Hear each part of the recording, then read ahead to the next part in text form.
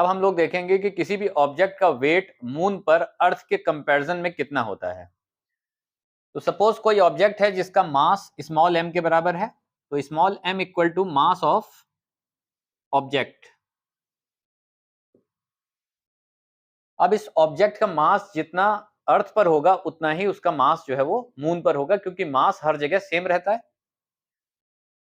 तो अगर हम वेट की बात करें तो वेट ऑन अर्थ ये हो जाएगा mass multiplied by acceleration due to gravity on the earth.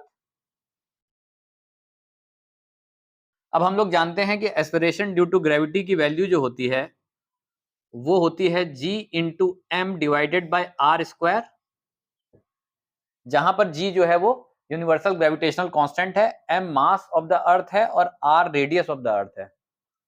अब क्योंकि हम अर्थ पर जो भी वैल्यूज ले रहे हैं उनको स्मॉल e से डिनोट कर रहे हैं, तो यहां पर हम लिख लेते हैं small g earth will be equal to g into mass of the earth divided by radius of the earth का स्क्वायर।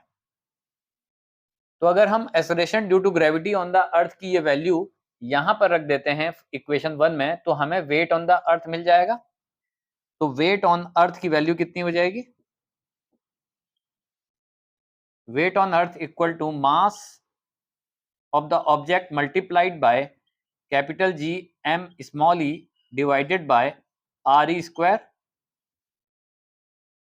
इसको हम इक्वेशन 2 कह देते हैं। ठीक इसी तरीके से अगर हम weight of the object on the moon की वैल्यू कैलकुलेट करते हैं तो वो कितनी होगी? Weight on moon will be equal to mass तो कांस्टेंट रहेगा into acceleration due to gravity on the moon, जिसको g स्मॉल m से हमने डिनोट किया है। यहां पर m into small G m की अगर वैल्यू निकाली जाएगी तो वो यहां से देखिए कितनी हो जाएगी, g into m divided by R square के बराबर। तो small G m will be equal to g into m divided by R square. तो जो हम वैल्यूज मास और रेडियस की रखेंगे वो मून पर रखेंगे, ठीक है। तो यहां से small G m will be equal to g into mass of the moon divided by radius of the moon का स्क्वायर। एक चीज यहां पे क्लियर होनी चाहिए, वो ये कि यूनिवर्सल ग्रेविटेशनल कांस्टेंट की वैल्यू चाहे अर्थ हो, चाहे मून हो, चाहे चाहे कोई और प्लेस हो, हर जगह पर सेम रहती है। तभी इसको हम यूनिवर्सल ग्रेविटेशनल कांस्टेंट कहते हैं। तो कैपिटल जी की वैल्यू मून के केस में और अर्थ के केस में इक्वल होगी, तो इसको हमने यहाँ पर कैपिटल जी से डिनोट किया है। अब अगर हम acceleration due to gravity on the moon की वैल्यू को यहां पर रख देते हैं तो वेट ऑन द मून की वैल्यू कितनी हो जाएगी? Mass into capital G M moon divided by radius of the moon का स्क्वायर। अब अगर हमें वेट ऑन द मून और वेट ऑन द अर्थ का रेशियो निकालना है तो हम इक्वेशन 3 को इक्वेशन 2 से डिवाइड कर देंगे। तो dividing equation 3 by equation 2 we get. तो इसको डिवाइड करने पर हमको क्या मिल जाएगा?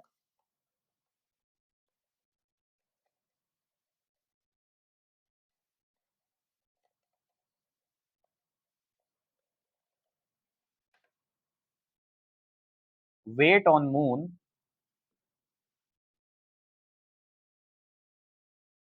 Divided by weight on earth equal to weight on moon है small m into G capital M small m divided by R M square divided by earth पर जो है वो small m into G M E divided by R E square. यहां से small m से small m cancel हो जाएगा, capital G से कैपिटल जी कैंसिल हो जाएगा, तो इसकी वैल्यू आ जाएगी m m divided bye RM square multiplied by, ये ऊपर चला जाएगा तो RE square divided bye ME। अब इसकी हम वैल्यू कैलकुलेट कर लेते हैं।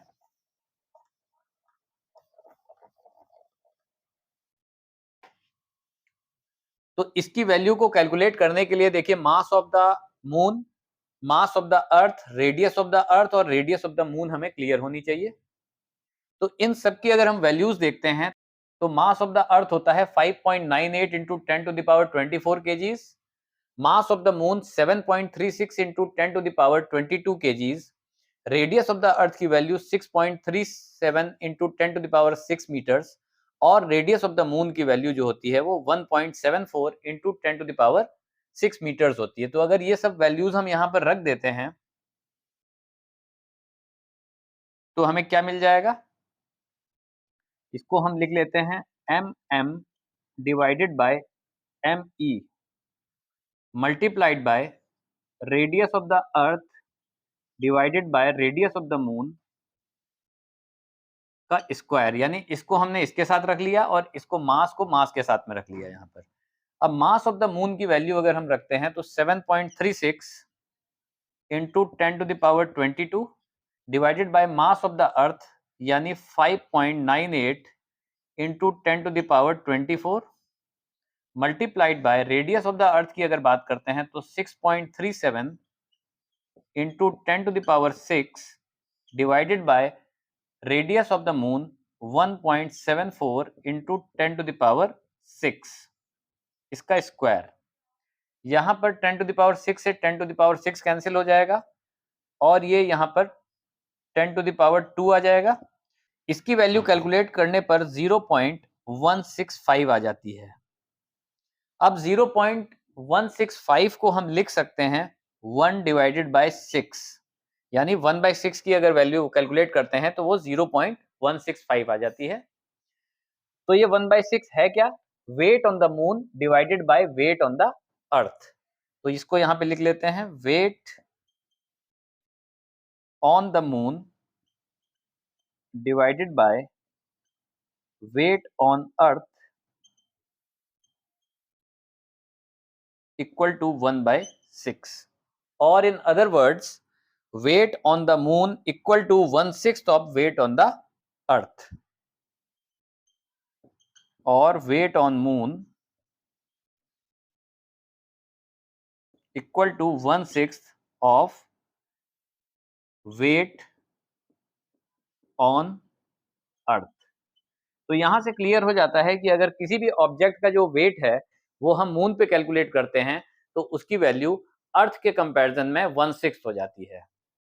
इसके अलावा एक चीज और ध्यान देने योग्य है, वो ये कि जिस तरह से किसी भी ऑब्जेक्ट का वेट वो फोर्स होती है जिससे कि अर्थ उसको अपने सेंटर की तरफ अट्रैक्ट कर रही है, उसी तरह से किसी भी ऑब्जेक्ट का मून पर वेट उस फोर्स के बराबर होगा जिससे कि मून उस ऑब्जेक्ट को अपने सेंटर की तरफ अट्रैक्ट कर रहा है।